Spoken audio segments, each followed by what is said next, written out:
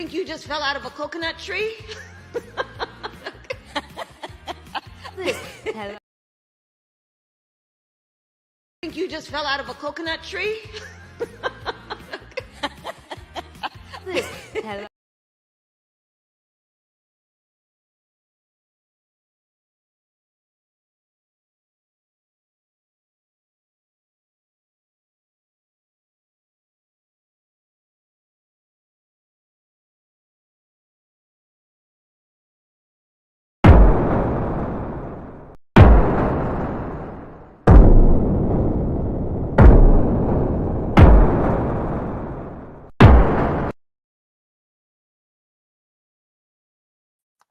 What's good, everybody? AB Media 83 here, and we have another Kamala Harris interview to go over.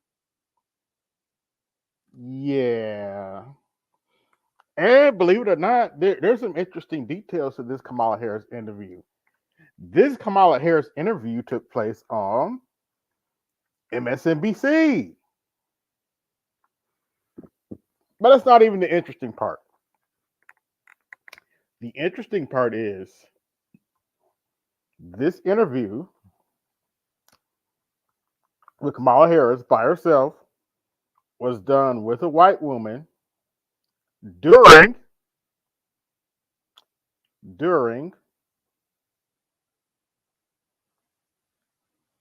see if I got my picture here, during Bald Head Reed's time slot. Yes, they told Bald Head Reed to go sit down, and so they could do this interview with Kamala Harris, so somebody else can do this interview with Kamala Harris during her time slot last night.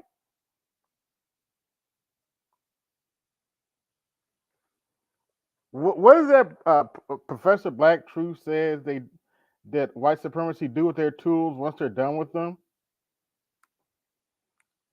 Oh, you're gonna get a piece of it. In fact, you can come up now. Give me 1 second here. You're definitely gonna get a piece of it tonight. What's that old saying that Professor Black Truth? What does white supremacy does when they're done with their black tools? All right, they break them. Ask Mayor Eric Adams about that. Oh yes, y'all haven't heard. Diddy ain't the only one.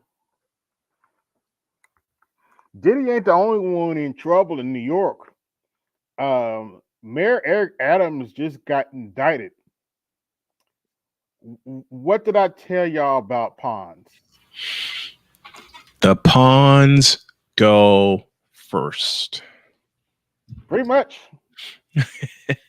the pawns always no. Let me say it the way AB says it. The pawns always go first. Pretty They're much. the first to fall. Mm-hmm. And there's usually 8 on a board. And that's all. That's it, and that's all. Here's the funny thing about pawns. You mean to tell me they told bald ass Reed to sit down somewhere? Pretty much, yeah. It was during her time slot. Damn, Jackass. They're really pushing this. Oh yes, they are really pushing this. They know she's gonna fuck it up. That's why they're pushing it.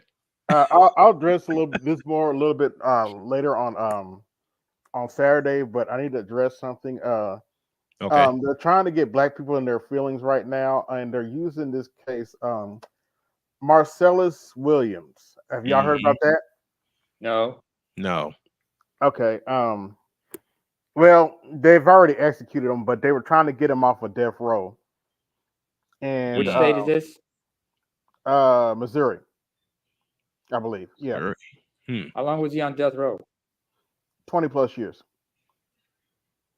Now they're claiming it's because of DNA evidence. There's a few problems with this. One. Well, turns out the prosecutor and the family were trying to get him to be just life without parole. Oof. But there's a few problems with this. One, the prosecutor was not claiming that he was innocent, and two, there's some overwhelming evidence that he did do this shit. Um, Oh boy. this white apparently back in the late 90s, he stabbed this white woman over 40 times, and they found her laptop, her ID, and other items in his car. On top of the fact he threatened to kill his girlfriend if she told anybody. No! Did you hurt yourself, Homer? No! But if you listen to people like but if you listen to I'm sorry, I'm trying to find the picture. It's all right. Bald head Reed. Well, I You beat haven't me to heard it, Sig. Bald Head Reed say anything about this, but if you listen to people like Roly Poly here, Oh Jesus.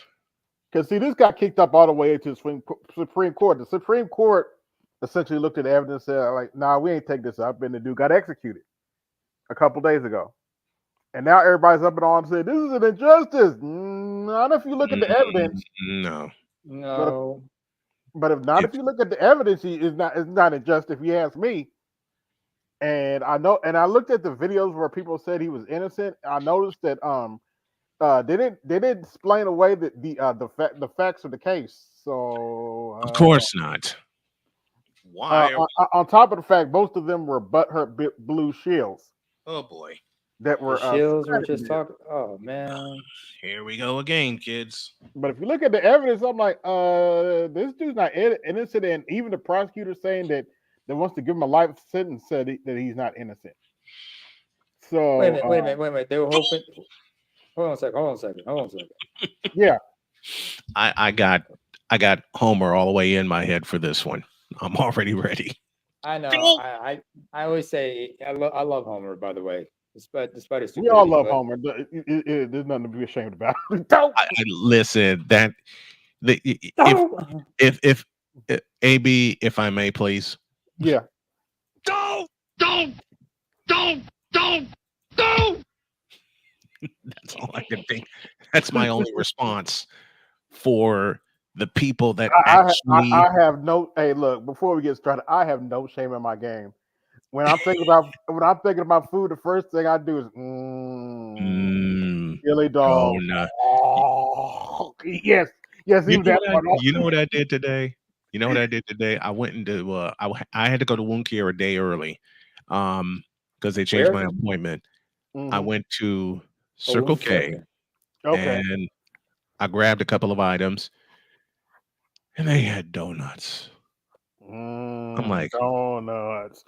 There were so many people in there, and I'm like, oh, I can't resist this. Yeah, but you can't have donuts, dude. Well, can you? I can. I just take a lot of insulin.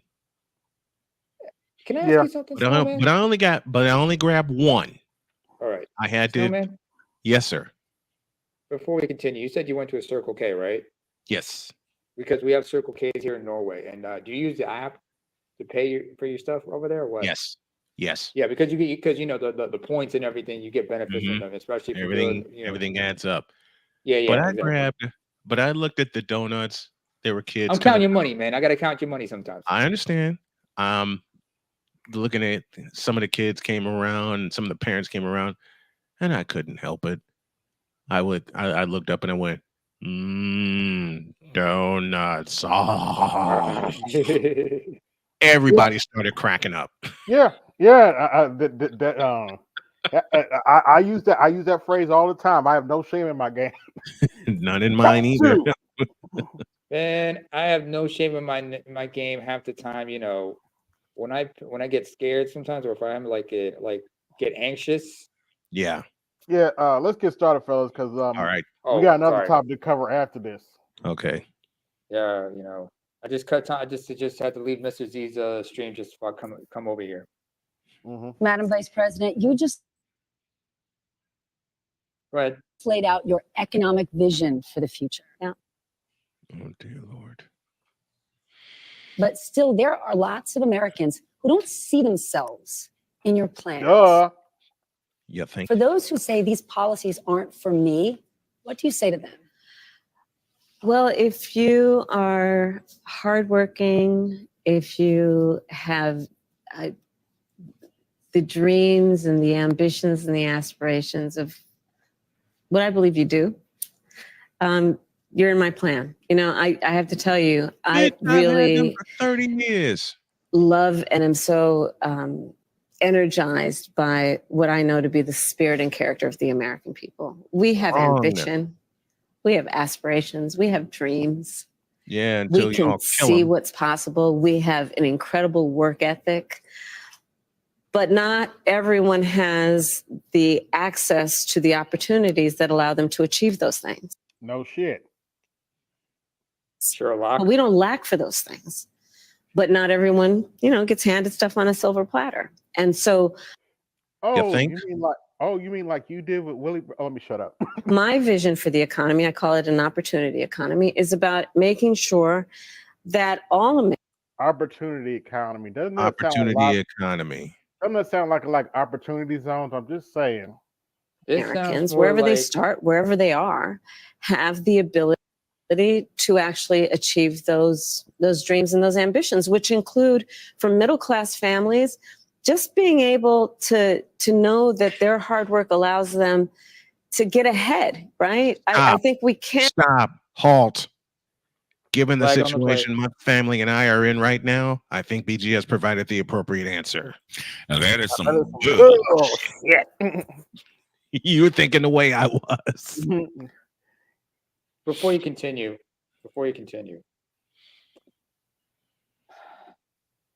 if this was a case that Americans would have the opportunity to get ahead and whatnot, then why the fuck are y'all so deregulated? Why have they been deregulating certain things for the past 20 years? Why have they been taking down protections that would have enabled the average American to get ahead? Amen to that. Does anybody understand debt peonage? They control you through debt. Excuse me. Yep. We shouldn't aspire to have an economy that just allows people to get by. People want to do more than just get by. They want to get ahead. And I come from the middle class. Look, my mother. I'm sorry. Say it again. I said, yeah, and you ain't the reason, bitch.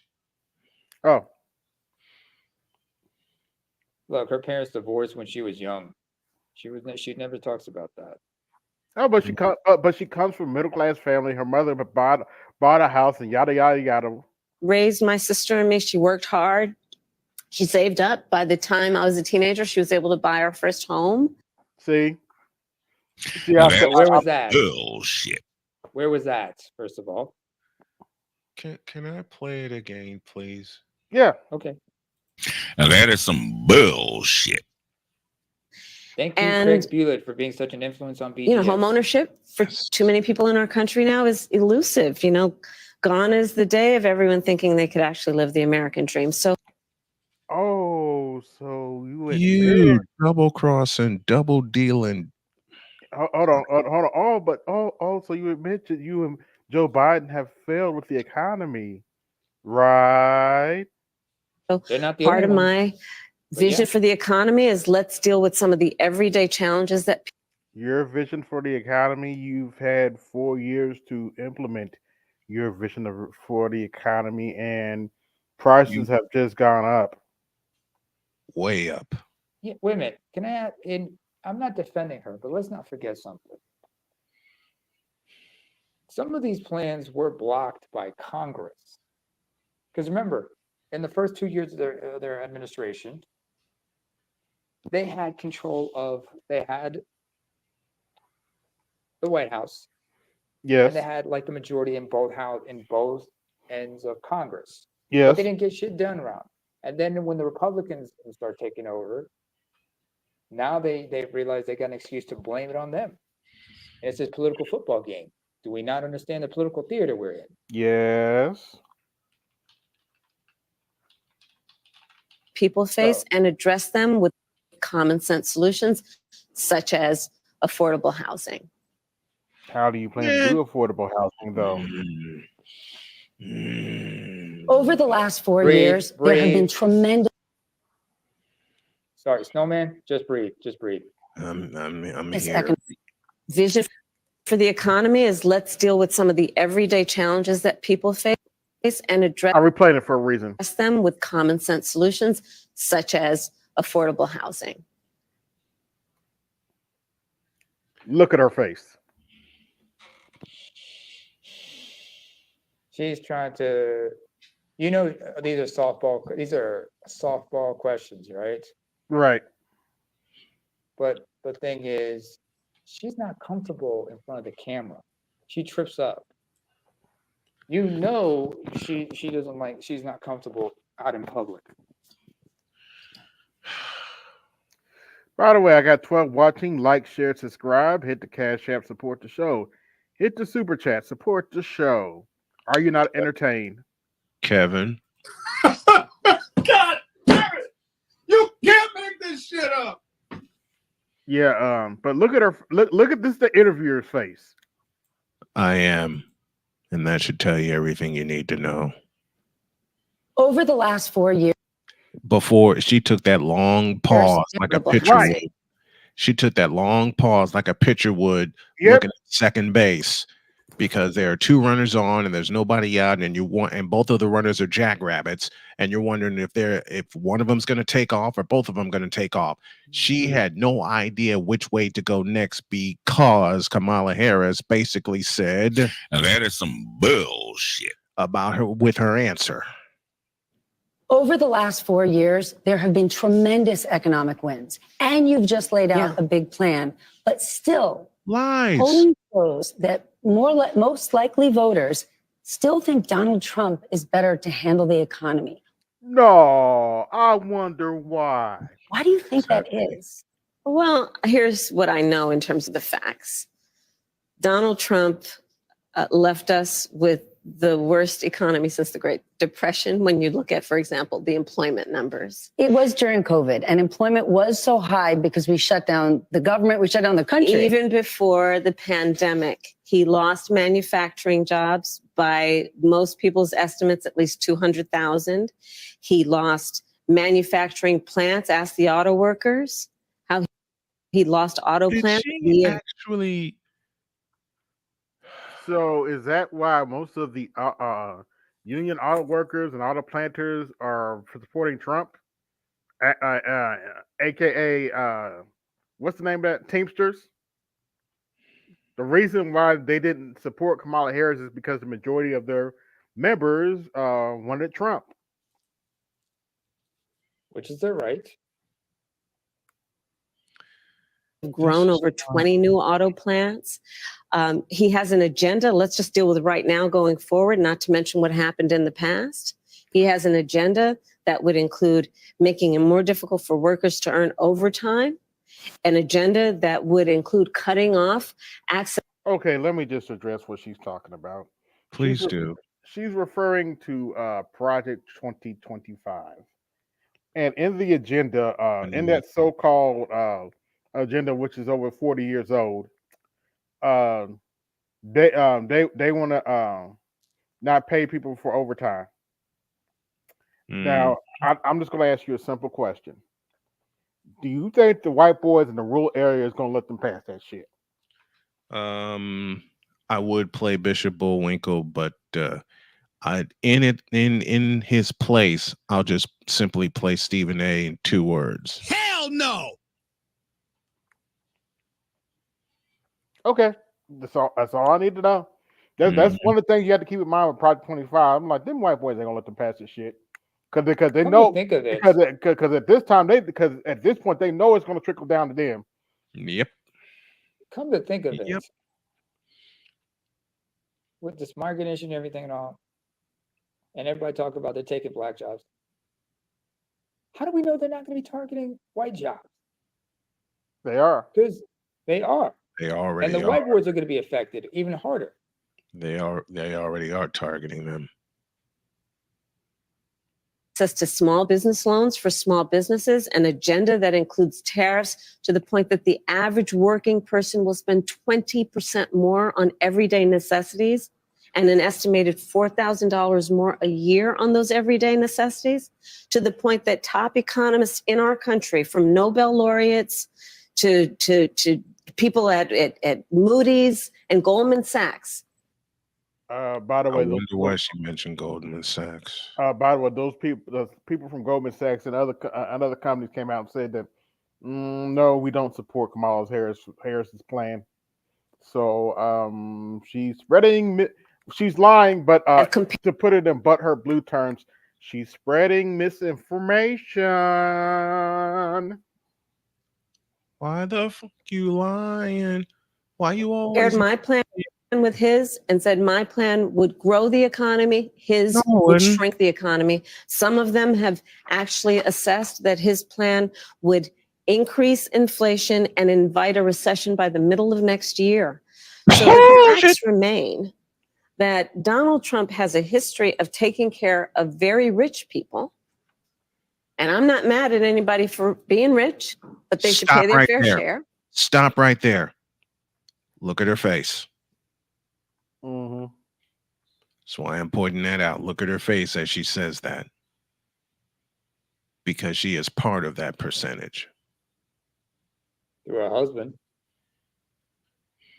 Yeah, you could almost see the smirkness on her face when she said that bullshit. That's why I'm pointing it out. But tax cuts for the... Oh my gosh, look.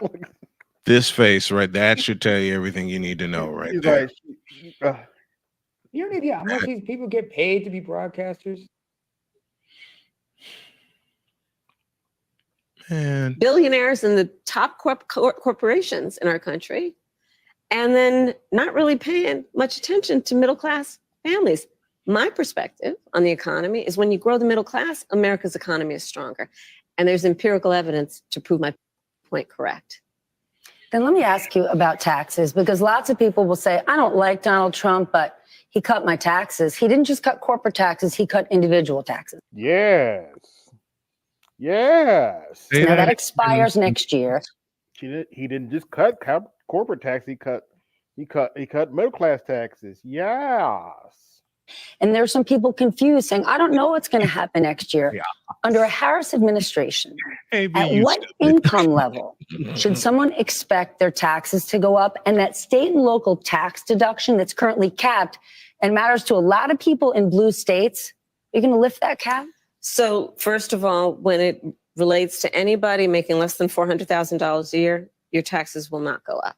Your taxes will not go up.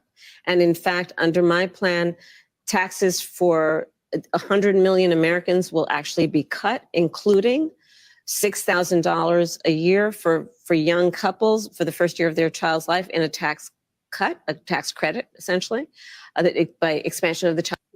For the first year in a child's life. There's a problem with that statement. There's a huge problem with that statement. Do you know how much daycare costs in some areas of the country?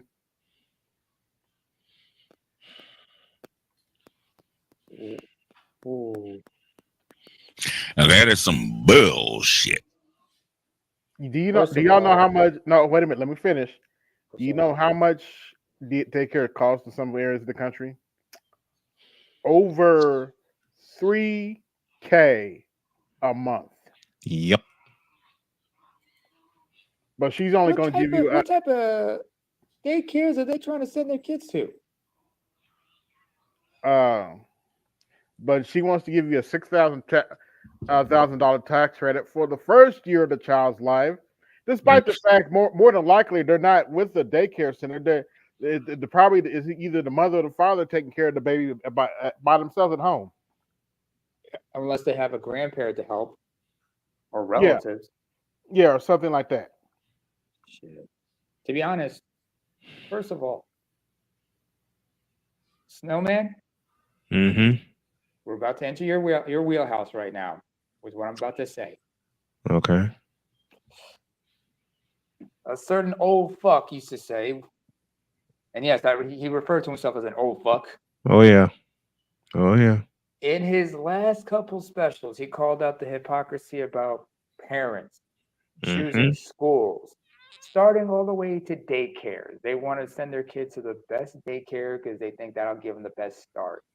And my question is, how much, if daycare is costing $3,000 a month, my question is, what is going on in those daycares to be charging $3,000 a month? Secondly, what is, I mean, for most people, it's hard. Most people can't even afford to have a kid right now. In this book of the economy. And yet, in the Black community, it continues to happen. And yet, lot. And most of those kids are born out of wedlock and used as. Say that, do they? And most of them are child tax credit. And why is that? Because during the first year of a young couple of a person's child's life, they're going to need help buying a crib, buying a car seat. And we all benefit when they're actually able to do what they naturally want to do to take care of their child. What about through kindergarten, though? What about expanding that child tax credit? Or you mentioned housing before, giving that extra money for a first home. If you can't raise corporate taxes, or if GOP takes control of the Senate, where do you get the money to? Which is likely to happen. Do that? Do you still go forward with those plans and borrow? Well, yep. But we're going to have to raise corporate taxes, and we're going to have to make sure that the biggest corporations and billionaires pay their fair share. That's just it. It's about paying their fair share. I am not mad at anyone for achieving success, but everyone should pay their fair share. And it is not right that the teachers and the firefighters that I meet every day across our country are paying a higher tax than the richest people in our country. Bill Gates just said it this week. If he was in charge of taxes, he would have paid more. But how do you find that line to make sure corporations are paying their fair share, but they're not leaving our country? Well, listen, I work with a lot of CEOs. I have spent a lot of time with CEOs, and I'm going to. They all laughed at you. Tell you that. Well, they just didn't laugh at her. They paid her off. The business leaders who are actually part of the engine of America's economy agree that people should pay their fair share. They also agree that translations that they're going to raise taxes on you guys, me and you. Yep. Again. When we look at a plan such as mine that is about investing in the middle class, investing in new industries, investing in bringing down costs, invest in entrepreneurs like small businesses, that the overall economy is stronger and everyone benefits. Part of my plan for the economy is investing in new industries in a way that we have active partnership with the private sector. I've worked with the private sector my entire career. Even as vice president. Hold on, wait a minute. She allowed the private sector to steal people's houses. So she's right about that. She has worked with the private sector for many years. And working with some of the biggest banks and biggest tech companies to increase by billions. Yeah, she worked with people like Steve Mnuchin to steal people's houses in California. Now, in all fairness, because I know Butthurt Blue's going to bring it up. Unfortunately, Steve Mnuchin was worked in the Trump administration too. So Trump isn't innocent either. So there you go. Can't use that one against me, Butthurt Blue. Billions of dollars, the money going into community banks to increase access to capital for small businesses.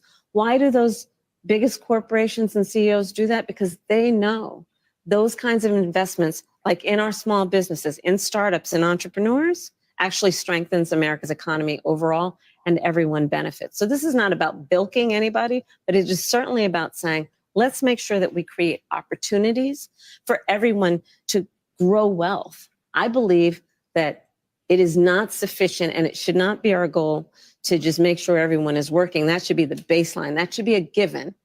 And let's create an economy where people have the ability to buy a home, to start a business, to take a nice vacation from time to time. right? For people who want to buy a home, yes, getting a $25,000 kicker would be great, but it's not just affording a home. We don't have enough in this country. You're absolutely right. And one of the main problems. Yes, because you're allowing investment banks and corporations to buy up all the starter homes. What a bright idea. Are regulations and rules, strict rules at a local level. How does the federal government cut through all that red tape and get down to, the suburbs of Pittsburgh and say, we're going to have to build some affordable housing here? How do you connect the two? So you're absolutely right. So across our country, people rightly are concerned about the cost of housing. So it's home ownership, to your point. We need more supply. That is, without any question, part of the solution. Creating more supply under my plan includes creating tax incentives to work with the private sector and home builders. Part of my goal and the plan would be to create 3 million new housing units for rent and for ownership by the end of my first term. It includes also what we must do to cut red tape. You're absolutely right. It takes far too long. And there's time out. She said first term with all the confidence that this is going to be an overwhelming victory. Unless something comes up. That's frightening to me. Am I wrong for saying that aloud? Snowman, let me sum it up this way. There was an expression. They say presidents are selected, not elected. Mm-hmm. That should tell you something. Yeah, it does. Furthermore, if she does win, we know what's going to happen, and they're going to try to shut down. Oh, excuse me. If she does win, let's not forget what happened in the last election. And they're going to pull all the stops to prevent another January 6th. You know what I'm saying? Mm-hmm. Oh. This time they probably might, put him away or something like that. Or make him realize you are going to sit your ass down, accept it, and bow out quietly, or else. We don't know. Stay tuned. That's all I have to say about that. By the way, I got about 20 watching. Like, share, subscribe.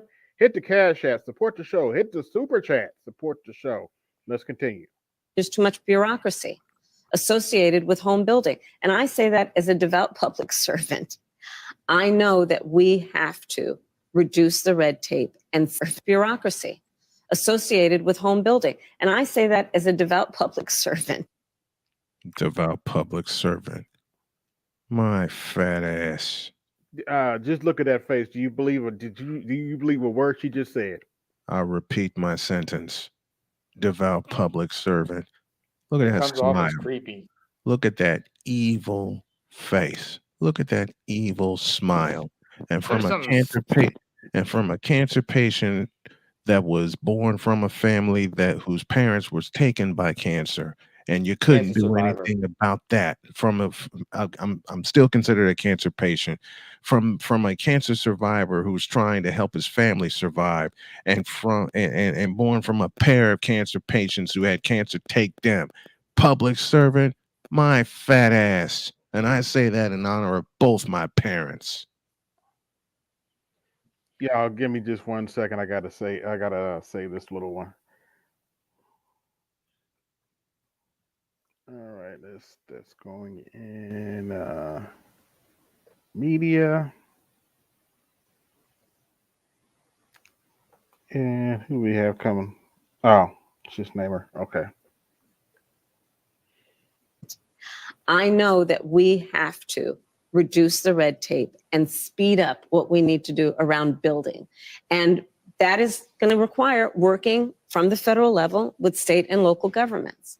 And it's going to be different in different places, depending on the needs of that community, the needs of that local government, that municipality, but working in consultation and coordination, and also around incentives that we can create. For example, some of the work is going to be through what we do in terms of giving benefits and assistance to state and local governments around transit dollars. and looking holistically at the connection between that and housing, and looking holistically at the incentives we in the federal government can create for local and state governments to actually engage in planning in a holistic manner that includes prioritizing affordable housing for working people. And let me ask you a business that matters a lot to this town. Yeah. U.S. Steel. Yes. Right? When you think Pennsylvania, when you think Pittsburgh, you got the Liberty Bell in Philly, and you got U.S. Steel in Pittsburgh. That's right. A Japanese company wants to buy them. You are opposed to this idea. Many people are. But if the deal doesn't go through, they have said people could lose jobs, they could close mills, they could leave the state of Pennsylvania. I mean, that is like moving the Liberty Bell to Newark. So which is more important? It's most important that we maintain America's ability to have American manufacturing of steel by American workers for a number of reasons, which includes, again, back to the point of growing our economy and how I think about the economy overall, investing in new industries. There is not a new industry that I can imagine that is not going to require steel as a manufacturing of steel as a fundamental part of what it accomplishes. And having American workers in an American company manufacturing that steel for those new industries is going to be critically important, not only in terms of our economy, but also in the context of national security. Most people now realize if we didn't before the pandemic and the strain on supply chains and an over-reliance on foreign manufacturing, that we have to be intentional about US-based manufacturing. And of the products that we have to prioritize, steel is one of them. And that's always going to be my priority. Steel workers matter in this country. Doc, is that you? Yeah, man, my bad. Turn my camera off. What's going on, fellas? Yeah, you're kind of you're underwater a little bit. I am. Oh, that's a little better. Okay. Yeah, I had to restart. Can you hear me? Yeah, you can. I can hear you clearly now. Yeah, I had to restart my phone. I got on. I got up. Well, Toya dropped the link on Sunday, and for some reason, I don't know. Maybe it's time for a new phone. I got the Pixel 7. But what's going on, fellas? Pixel 7. That's relatively new, so I shouldn't be messing up like that. And that's Google's phone, so. Okay. Well, I guess everything just needs to reboot. Answer to your question, Dr. Dunbar, I'm listening to this political BS and I'm getting very heated. Yes, no, man. I was thinking, what in the all blue hell? What in the all types of matter of fact, let me just go ahead and play it for everyone in attendance. What in the all types of blue hell? But go ahead.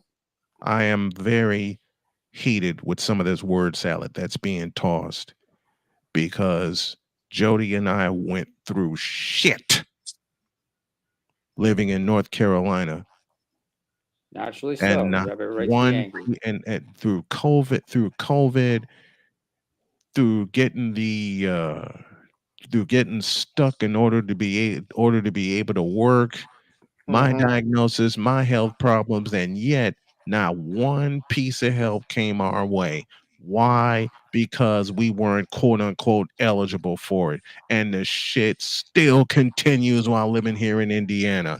So yeah, forgive me if I have steam coming out of my fucking ears because I can't help my fucking family because these people don't know how to manage fucking money. Well, Snowman, the other thing is all the people we've imported, well, not we, but they've imported, or they've allowed in, and then all the money going over to Ukraine and other things. It just really makes you wonder if this government is for the people. Did you see that? Did you see that photo op that Zelensky came here and did with the governor of Pennsylvania? No. Shapiro. Yeah. He was one of her potential running mates. Yeah, he was here signing bombs, literally. Yeah, I saw that.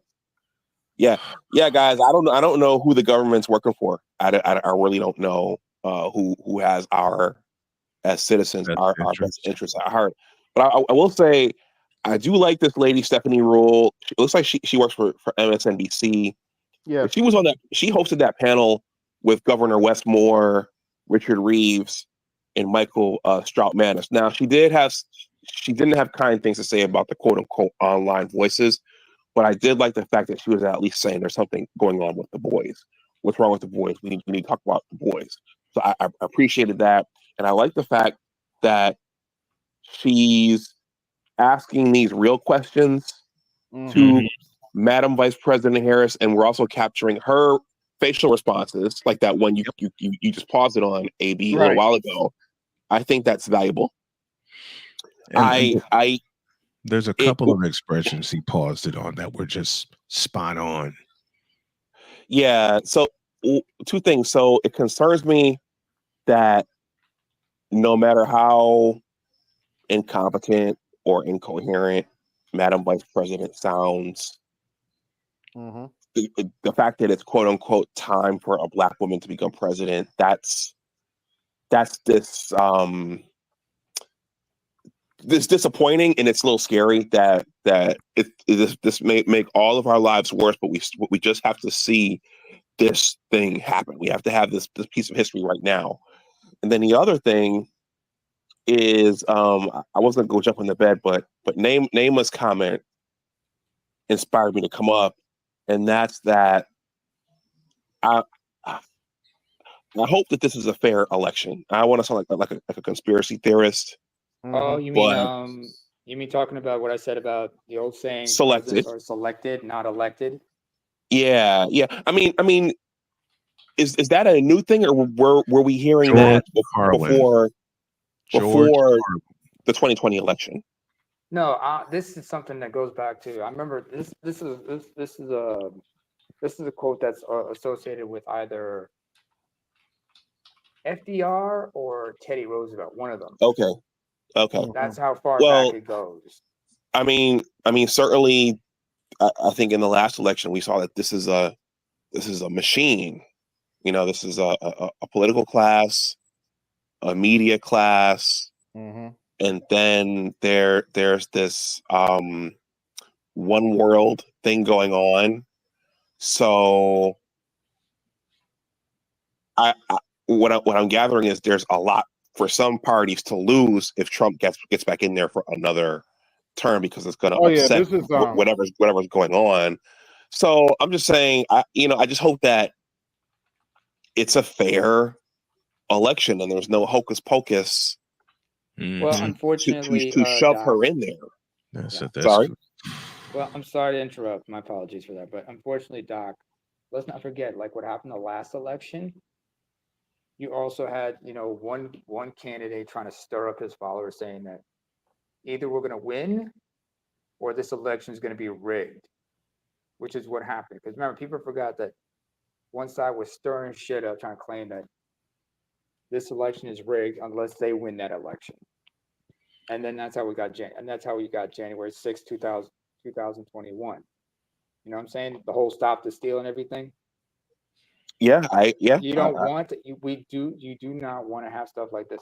Because I remember, I've heard of, me coming from the third world. Remember, in the third world, you will see sometimes elections being boycotted because one side knew that it wouldn't be fair or some shit, or they knew there was going to be some shenanigans going on or whatnot, and they knew that if they try to protest it, there would be demolished, even if they did peacefully.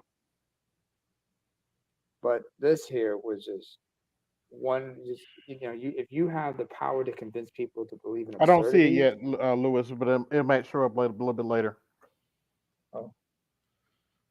Oh, congratulations, Lewis. Congratulations, Lewis.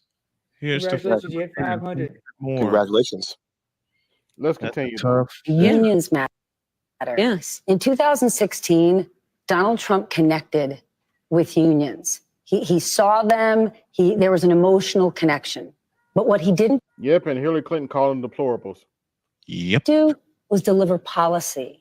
In the last 4 years, we have seen huge wins in this country for unions, but not all unions have gotten behind you. I want to understand, when the Teamsters decided not to endorse you, What was their reasoning? What are they looking for?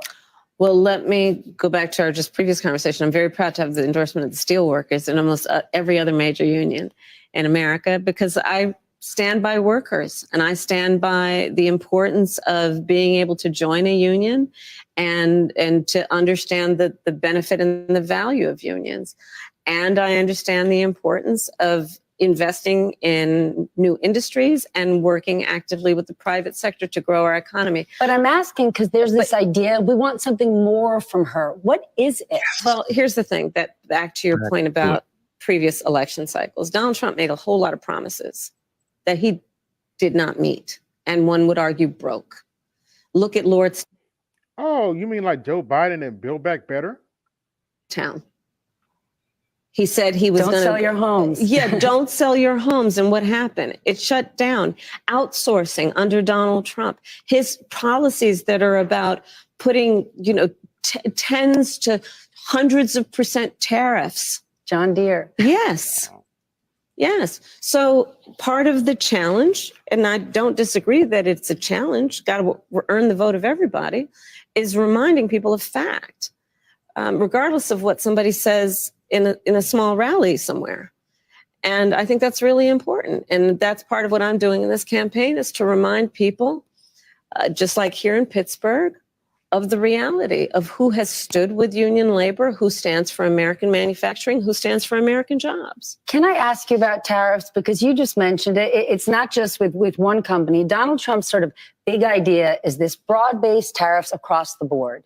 You and many others have said that would be not only disastrous, but it would be a direct tax on the American consumer. It would be a sales tax on the American people. That the independent economists have already measured this by.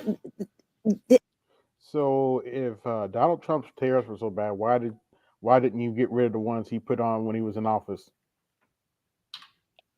Because they benefited her. Mm-hmm. See, that's the strange thing we have to understand about politicians. Republicans, Democrats, two sides of the same goddamn coin. Pretty much. Two sides of the same coin. I may not know much about politics.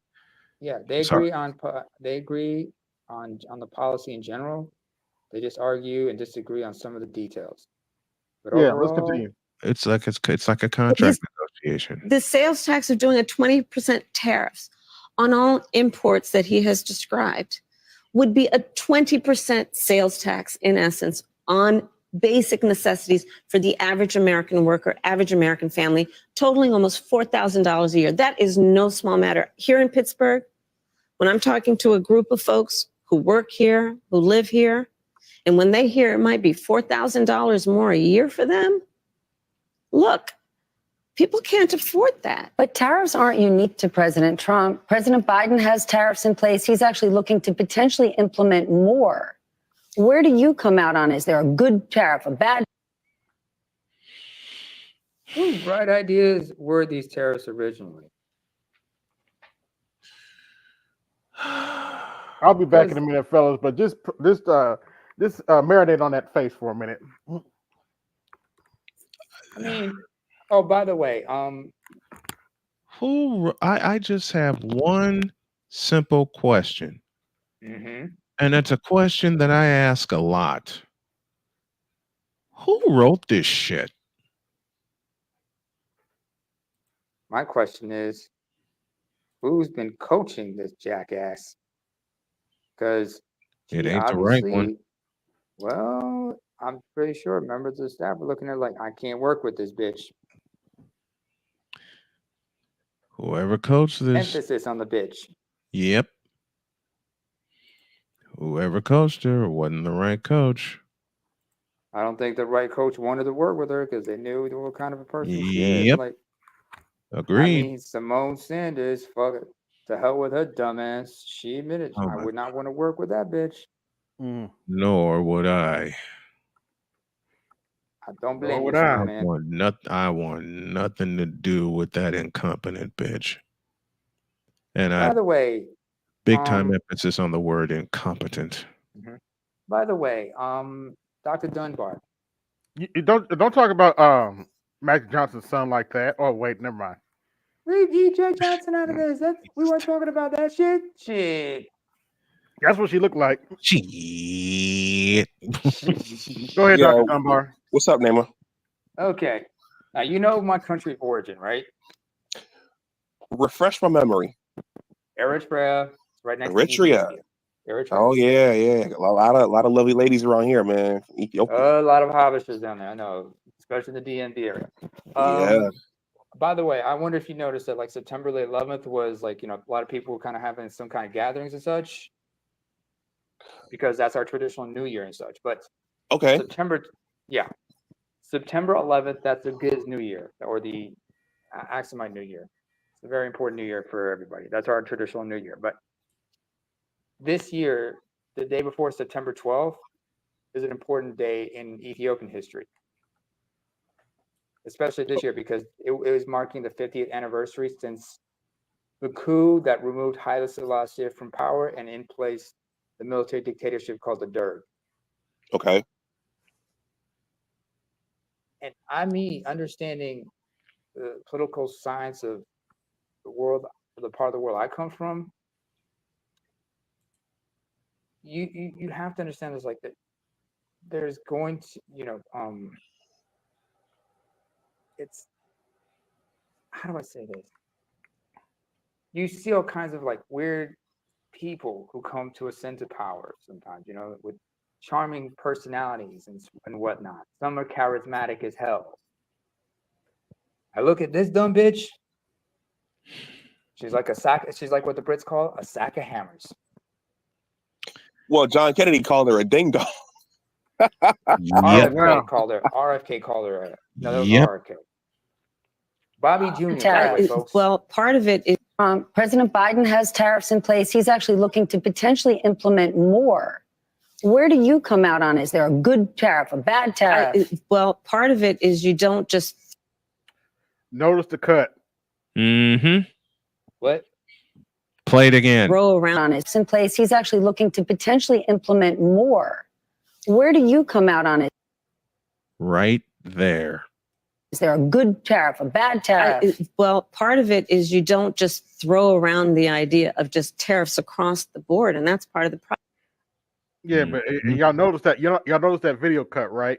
Yep. Yeah. Problem with Donald This was Trump. edited. Frankly, I'm gonna, and I say this in all sincerity, he's just not very serious about how he thinks about some of these issues. And one must be serious and have a plan, and a real plan that's not just about. Just looking at her face, do you believe a word is coming out of her mouth? Well, a plan like nobody believe will come out of her mouth.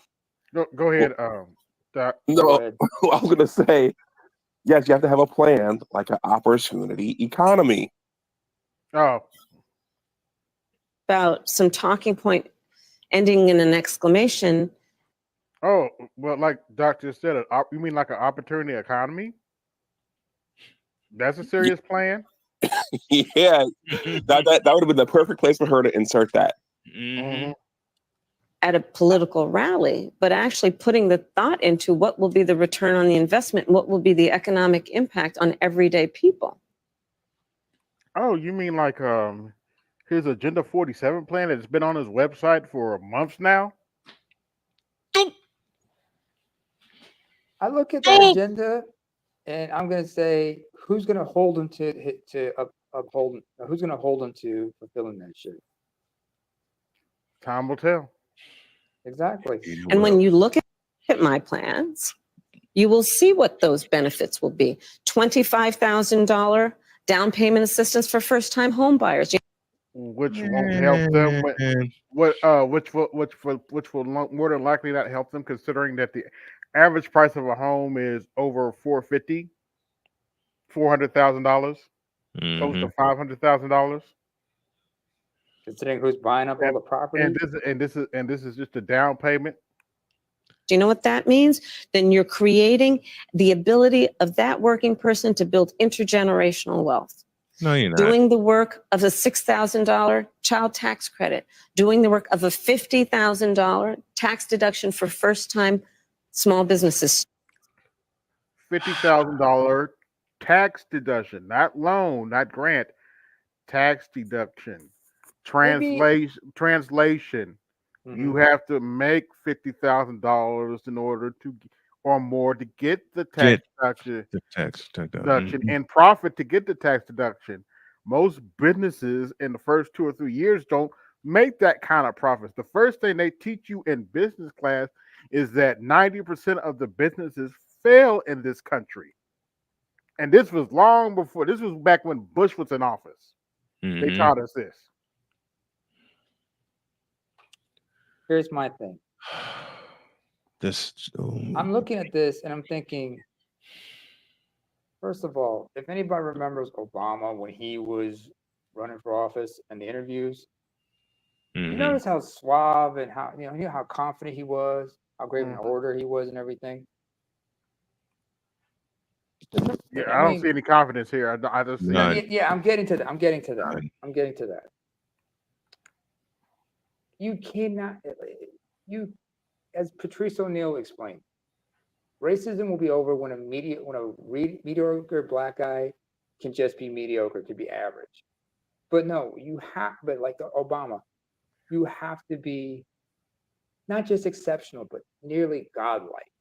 And if you're going to be a president, especially who's non-white, you got to be spectacular than a motherfucker. And she is mediocre at best. Mediocre at because right now, it's a real plan. It's a real plan because right now, and again, it's about paying attention to the detail and being serious about it. I'm serious about my enthusiasm and for small businesses and my belief in what they. Look at how nervous she is. I'm serious about it. I'm serious about what? About what? We'll do as part of America's economic engine. On Friday, so looking at the fact that right now the tax deduction is $5,000. Nobody in this year of our Lord 2024 can start a small business with $5,000. Very few can. But she's talking about a tax deduction. Once again, people don't. Most businesses don't make that kind of money in the first year.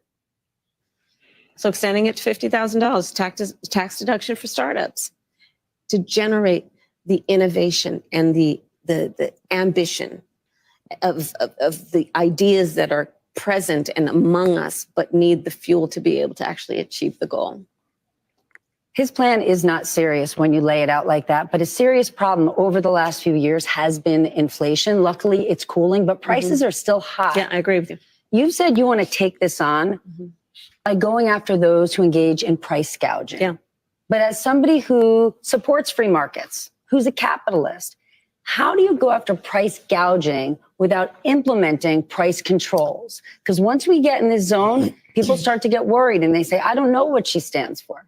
So just to be very frank, I am never going to apologize for going after companies and corporations that take advantage of the desperation of the American people. And as Attorney General, I saw this happen. In the midst of an emergency, whether it be an extreme weather event or even the pandemic, we saw it, where those few companies, not the majority, not most, but those few companies that would take advantage of the desperation of people and jack up prices. Yeah, I'm going to go after them. Yes, I'm going to go after them. And that is part of a much more comprehensive plan on what we can do to bring down the cost of living, including housing, including the everyday needs of the American people. On Friday, you are going to the border. Immigration is complicated. One of the issues is an economic one. And no one is eating cats and dogs in Springfield, Ohio. And I'm glad not to be talking about that. But there are people there. Not again. What did she say about eating cats and dogs? I'm sorry, I didn't hear that correctly. The people that came in, they're eating the cats. They're eating the pets of the people that live there. In Springfield, they're eating the dogs. The people that came in, they're eating the cats. They're eating. Oops. They're eating the dogs. They're eating the cats. Eat the cat. Eat the cat. They're eating the dogs. They're eating the cats. Eat the cat. Eat the cat. They're eating the cats. They're eating the dogs. Eat the cat. Eat the cat. Eat the cat. Eat the cat. Eat the cat. Eat the cat. Eat the cat. Eat the cat. You ain't got a lick of sense for that, man. That's why I whispered. I have to shout out Trump. He has made that a meme, and it still hasn't gone down yet. That's why I just whispered to myself, "Oh no!" When AB started cooking. Oh man, I'm sure Z will look at you laughing his ass off, but mad at you about the same time. AB started cooking something, and he said, "What did she say?" And I just sat back and went, "Oh no." And that's the only ones I've found. There's other memes out there where the cat is sitting there licking itself. Then as soon as it says eating the cat, they look at the camera like, "Yep, what?" Some of them get up and like, "No, I'm out. No, you ain't eating me." There that are stressed, that feel that they're at capacity. Communities around the country that have legal immigration, many have said we're at capacity, and many feel. Government has said to them, well, adapt, sit down, be quiet. Okay, you gonna tell that to the people of Chicago where they're spending $51 million a month to house migrants that they brought over? Mm-hmm. This is how it is. What would a Harris administration do for those communities who've taken in many, many legal immigrants but are at capacity? Well, first of all, we do have a broken immigration system, and it needs to be fixed. And if we take a step back, months ago, some of the most conservative members of you mean the one you broke by allowing millions of immigrants in? The United States Congress came together with others, proposed a border security bill that would have put 1,500 new border agents on the border to help those hardworking border agents who are there right now working around the clock. Would have put more money into stemming the flow of fentanyl, which is killing Americans around our country and devastating communities. Would have put more resources into our ability to prosecute transnational criminal organizations, which in my career I've prosecuted. Donald Trump got word of the bill, realized it was going to fix a problem he wanted to run on, and told them to kill the bill, don't put it up for a vote. So let me get this straight. You are the sitting vice president. Joe Biden is the president. And you're telling me that former President Donald Trump has more power than you guys do? More political power than you guys do? First of all, was this bill put up to vote? Don't! I don't even know if they put it up for a vote. Wait a minute. Say that again. Say that again. What you just said a moment. No. I'm AB. Repeat what you said again about who has more power. Say that again. So you're the sitting vice president, Joe Biden. Whether he's competent or not is the sitting president, and you're telling me Donald Trump has more power than you do with the Congress?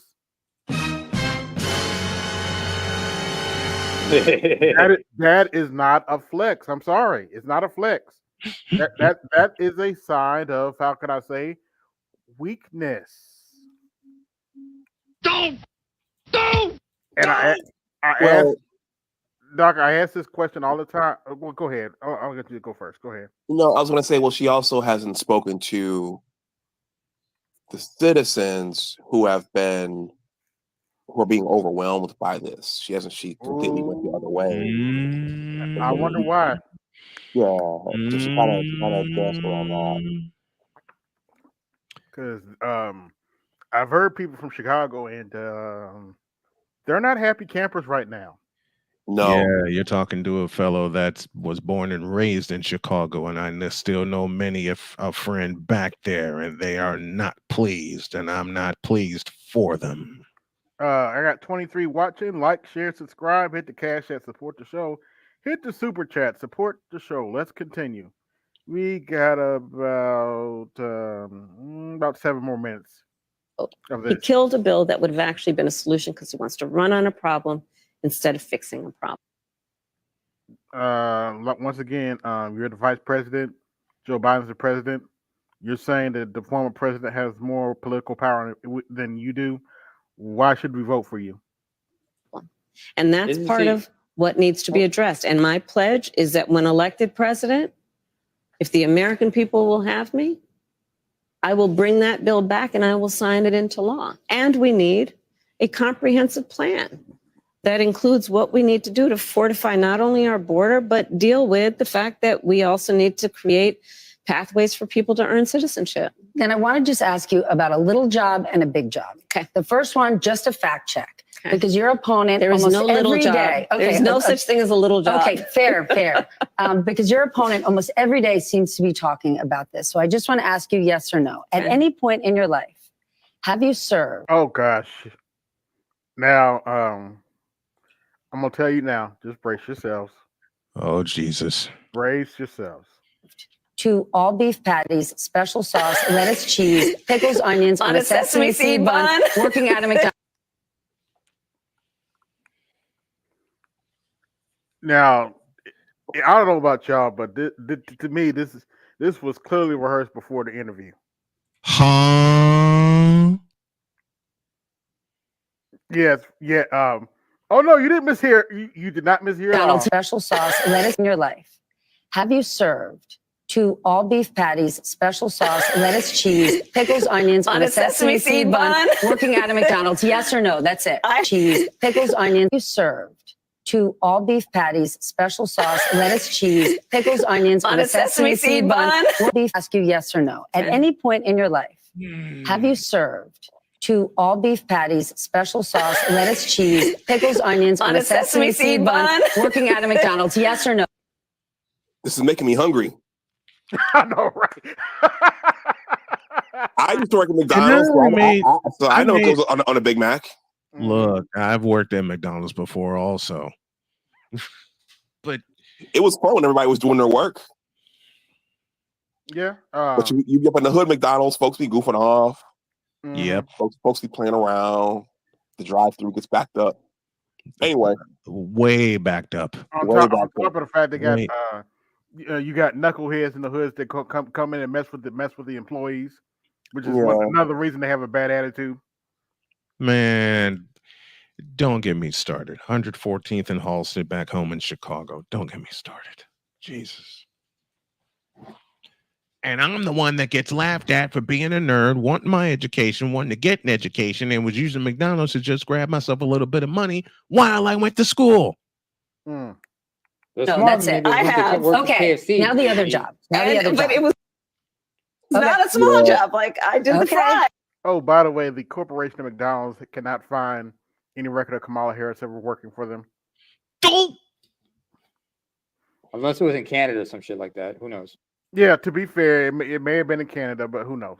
I mean, yes, okay, for a small period of time. But then let me ask you about a big job. But to your point, if you don't mind, before you get to the big job, there's a part of the reason I even talk about having worked at McDonald's is because there are people who work at McDonald's in our country who are trying to raise a family. I worked there as a student. I was a kid who worked there trying to raise families and pay rent on that. And I think part of the difference between me and my opponent includes our perspective on the needs of the American people and what our responsibility then is to meet those needs.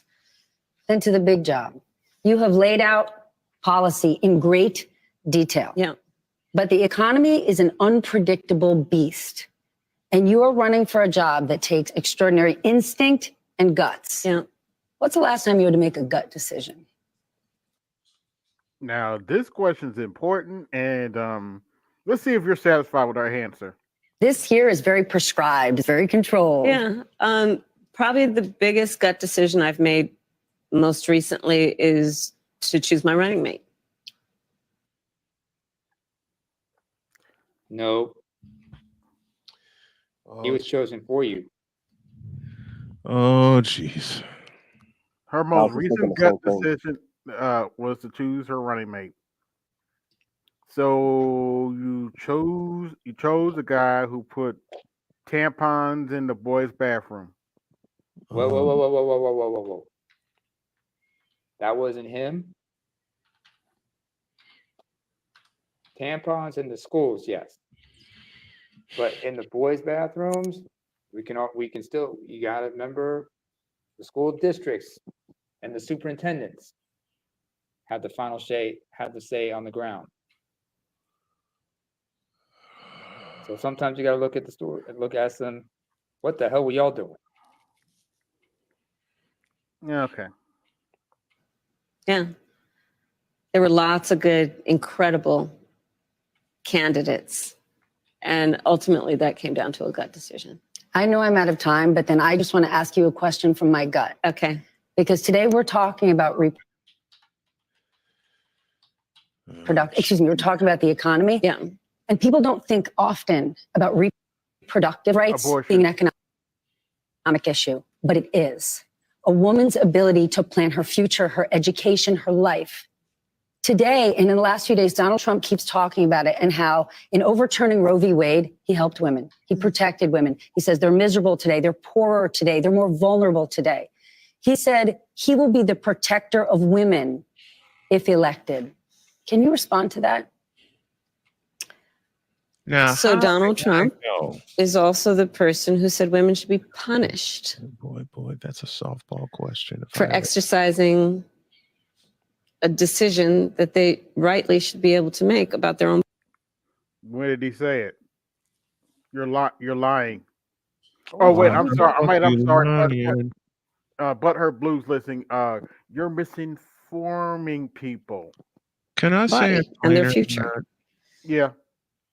Why the fuck? So I think why you always lying? We would all agree that as a result of that perspective that he has about women, he also then chose 3 members of the United States Supreme Court who did as he intended, undid the protections of Roe v. Wade, and now. No, actually, he didn't. He just took the decision back to the states instead of the federal government. Oh, in state after state, you see laws being passed that do punish women. Laws that, I mean, most recently, a heartbreaking story resulted in a young woman dying. Okay, let's talk about that for a minute. She's referring to the 28-year-old that passed away in Georgia. I have a few questions about that one. First of all, she went to put some context on the story.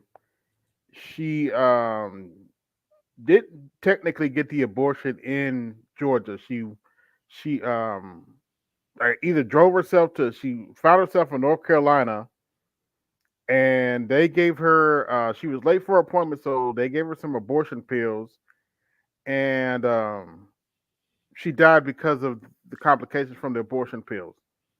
Now, when she got back to Georgia, it's alleged that the hospital waited 20 hours to figure out what they're going to do with her, and she died during that process. But somehow, all this craziness is Trump's fault. Well, can I play devil's advocate here? Go ahead. Thank you. First of all, how was it sent back to the states? It was through the court, the Supreme Court, right? Yes. So in a sense, they can say it was Trump's fault because the number of justices he was able to appoint. Remember, when Obama was the president, what's his name? McConnell and everybody tried to roadblock any appointees of his. They want to say not until after the election. But it's still not Trump's fault because it's not his fault. But like I said, I'm playing devil's advocate here. Okay. It's not his fault, but he did set it in motion. Okay, but he's more of an accomplice. And I'm giving you my rebuttal to that. It's still not Trump's fault because remember they asked Ruth Bader Ginsburg to retire while Obama was still in office. She refused to do it. Yes, that selfish bitch.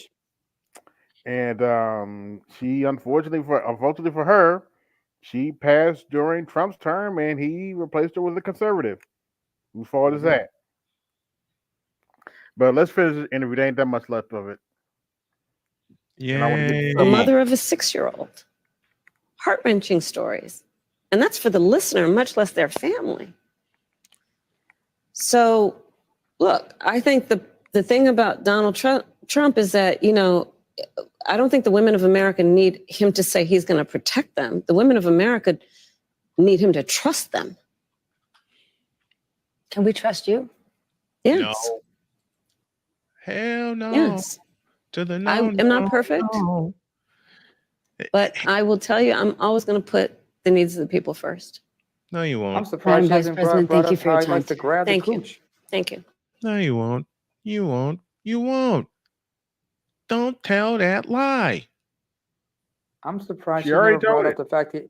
Yeah, I'm surprised she never brought up the fact that this guy bragged about grabbing the what. Of course, they're not going to bring that up.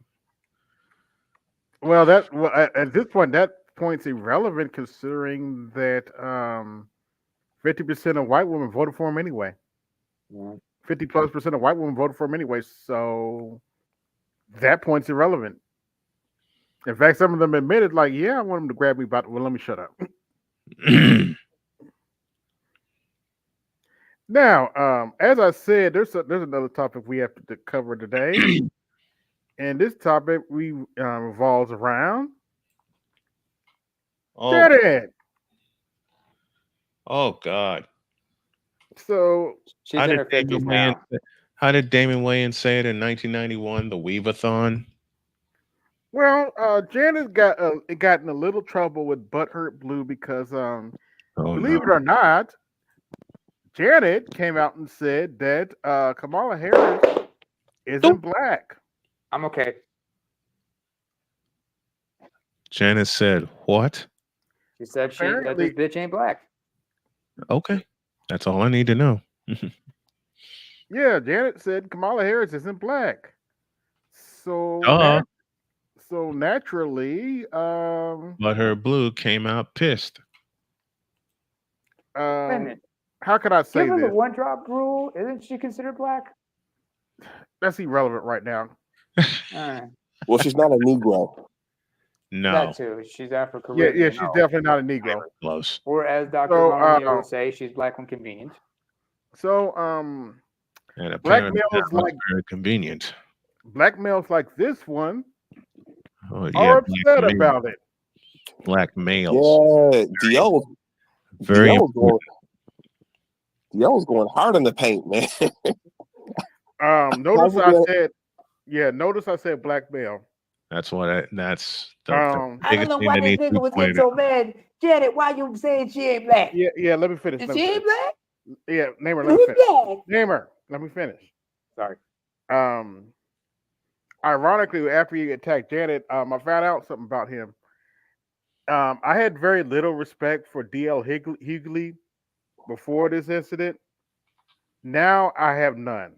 And it's not necessarily about what he said about Janet. Turns out he was talking about a situation where one of his younger daughters got SA'd by somebody, and he chose to deny it to remain friends with the dude. I cannot respect that. Nor can I. Wait a minute. What was the circumstances? What kind of a person are we talking about here? Her daughter got or some shit like that? No, his daughter got SA'd by somebody, and it was a friend of his, and he chose to deny. And he chose to deny it to stay friends with that person. I cannot respect that. It's like the general's daughter type of deal. I can't respect that either. And now let me make sure I have this set up. Let's see. Everybody full of shit one way or another, aren't they?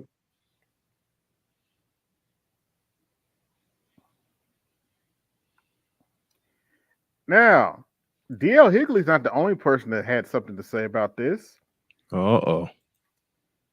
Unfortunately, before I play what I need to play, I would like to remind everybody that this episode of Colosseum Daily is brought to you by Sweet sassy rolling vote blue sauce. Now with extra sassy blue juice. Sweet sassy rolling vote blue sauce. Vote blue. In other words, hit the Cash App, support the show. Hit the Super Chat, support the show. You ain't doing this shit for free, and the motherfuckers. snowman tax is in effect for that reading right there. Roly Poly had something to say about it. Oh dear Lord, no. And get your blood pressure medicine. I'm not on any, but I'll have some handy. Oh, wait a minute. Sorry. Unity. How is it now 3 days later and you, Janet Jackson, still haven't issued an apology for that stupid ass comment you made? Now, let me be real clear, okay? I think Janet Jackson is a fantastic entertainer. Puts on a great show. But this was a dumbass comment. Look at that face. Look at that face. That's all I got to say. Look at that face. This is coming from a guy who must have wet dreams about her back in the day, but realized he could never get her. That's all I have to say. Look at that face. Well, I mean, the thing is that Janet didn't say anything a large other swath of the black population of this country has not been arguing about for the last year. Mm-hmm. So no kidding. It's just I guess maybe because she has a larger following, she's a celebrity. Mm-hmm. It's bad when the celebrities don't go in their direction, but she didn't say anything that people haven't been arguing about for the last year. She just said it out loud. Yeah, and it's a valid question because they're using that to manipulate our people. Mm-hmm. You know, they're using that. And asinine. Yeah. And you got the reporter sitting there telling you it's not true, and you say nothing. So here you. Y'all got to remember something, and this is something that's going to go over his head and a lot of other people's head. Janet Jackson and that family has what Moist Watkins like to call. Yes, I am shouting out Moist Watkins for once in my life. Dr. Moist Watkins for once. They have what they like, what he likes to call "fuck you money." F you money. Oh yeah. So she don't give a fuck. Yeah. Janet Jackson has F you money. In other words, they're making monies in ways people can't comprehend. They got diamond mines over in Africa.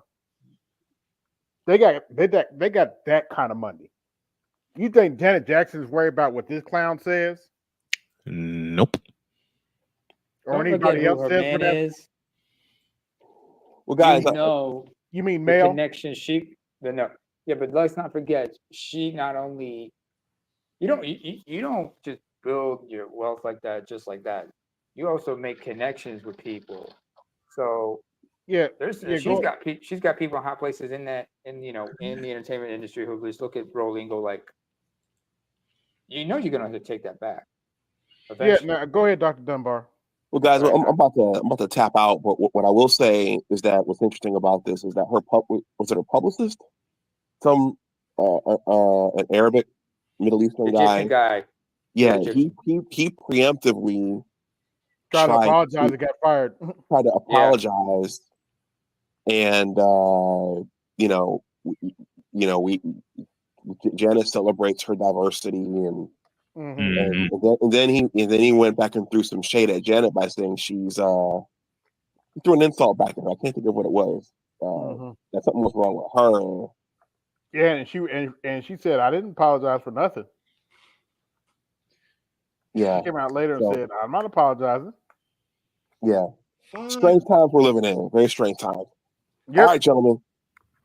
I'll talk to y'all later. Hey, drive safely through the drive-through, man. I know how hungry you're feeling right now. Take care, Dr. Dunbar. What's up, Doc? Dr. Goodbar, everybody. Let's continue. You haven't corrected it. So what you're telling us is you're perfectly fine with the lie being out there. Stop. And we're not perfectly fine with you being out there, and you're a big fat lie. Big. You buried with lie being out there, big. So you said nothing. Randy has said nothing. And that's just dumb. No, you're just dumb. They're exercising their right to an opinion. Leave them the fuck alone. Now, I want y'all to keep something in mind. And yes, it's hard to keep this in mind, but Tito just died. Exactly. Mm-hmm. And this greasy motherfucker's out here talking to her like this.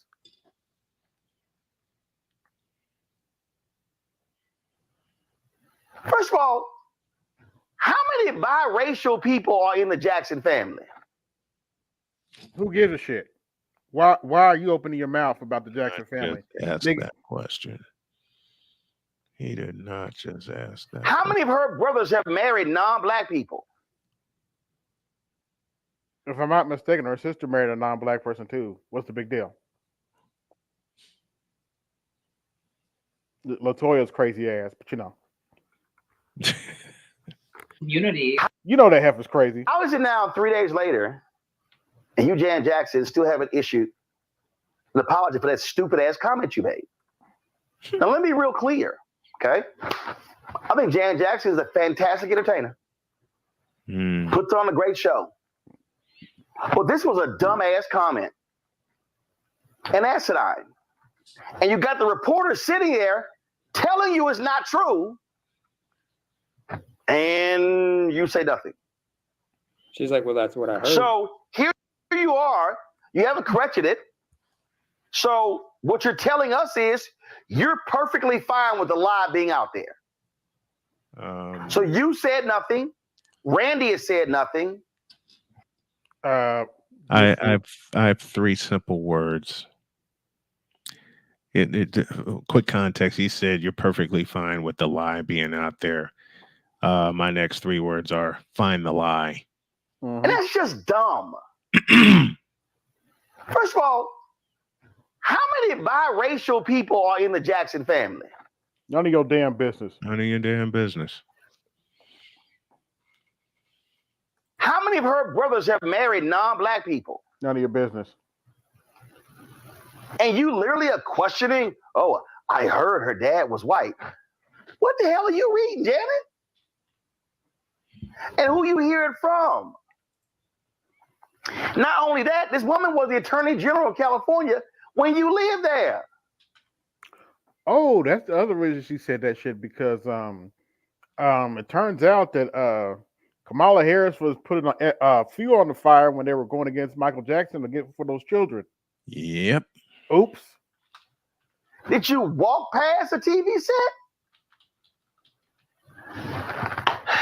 I am so through with a lot of these black entertainers really being stuck on stupid with some of the comments that they're making. Speaking of stuck on stupid. Well, I have a better question, Snowman. Why is he talking about himself? You beat me to it. It's just dumb. Hold on. Time. Did he once again just say that's just dumb? Yeah. Look at dumb. Yeah. Roly poly. Have you taken a look in the mirror? That's what I said on Facebook. He never lies. That's what I said on Facebook, Snowman. I like he called Janet Jackson, her brother, a dumbass. Have you looked in the mirror lately, bro? Mr. I'll play it later. Then this is so it's gonna cause others gonna I don't. First of all, here's probably the most true. Honestly, I don't want to answer that because I really truthfully don't know. But why your ass talking about it? Why are you talking about it? And why are you so upset at it? Well, he was honest. He doesn't know what the fuck he's talking about, and he was honest about it. I don't know. That's obvious. Why didn't you give the Guardian the same answer you gave me on the Tom Joyner Morning Show, Fantastic Voyage Cruise 5 years ago? Then folks wouldn't be lighting your ass up. Memo to all entertainers, especially black ones. If you don't know shit about politics, Roland, why are you talking about yourself like that, bro? And why do you continue to talk about yourself like that? Shut up. Okay, you shut the fuck up.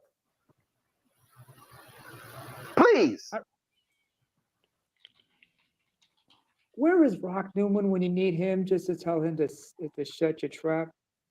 He's not the only one. And shout out to what's his name? The Real Gospel Chops for this video, because this is this brother's video. I'm just using parts of it.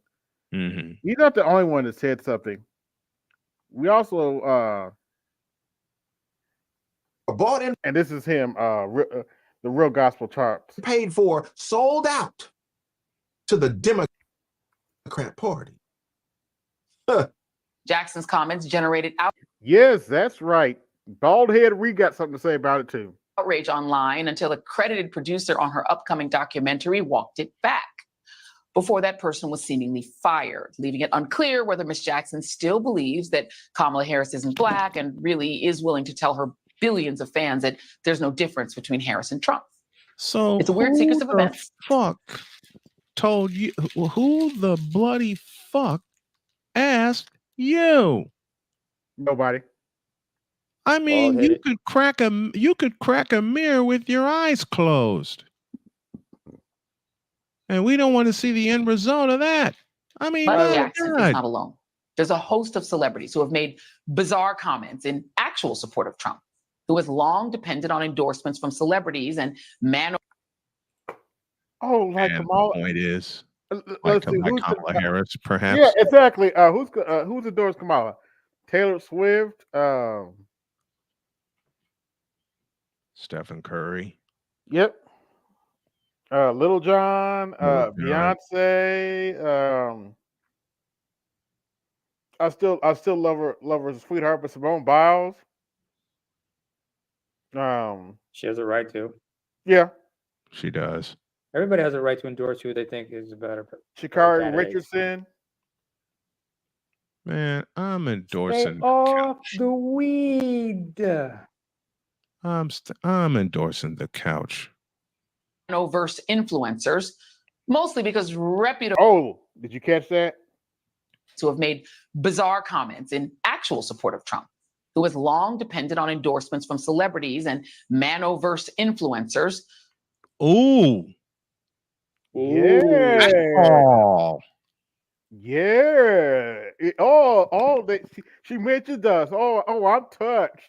I am so touched, Joy. Mostly because it's a weird sequence of events, but Jackson is not alone. There's a host of celebrities who have made bizarre comments in actual support of Trump, who has long depended on endorsements from celebrities and Manoverse influencers, mostly because reputable experts and political figures have largely abandoned him. Her fan base is massively Black women. Black women all around the world are her core base. And if she is this subject to misinformation. Wait. Who in the Vita blue, yellow-bellied, red-blooded hell is this on the right? I have no idea.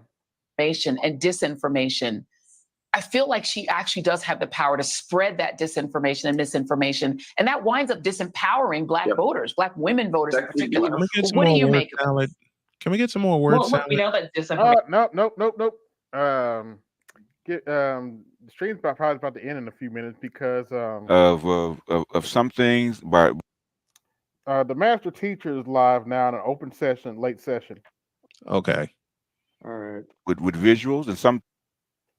So let me get the link for that, and we're going to be headed over to the master teachers. That we are. By the way, on your way out, like, share, and subscribe. Hit the Cash App, support the show.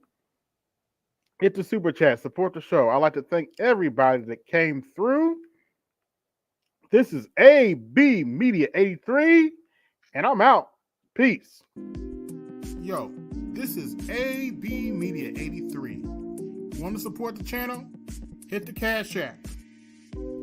Also, be sure to like, share, and subscribe to the video. Also, be sure to hit that bell notification so you can be notified next time I upload a live stream or video. And always remember, keep it grinding, keep it pushing, keep it moving. This is AB Media 83, and I'm out. Peace.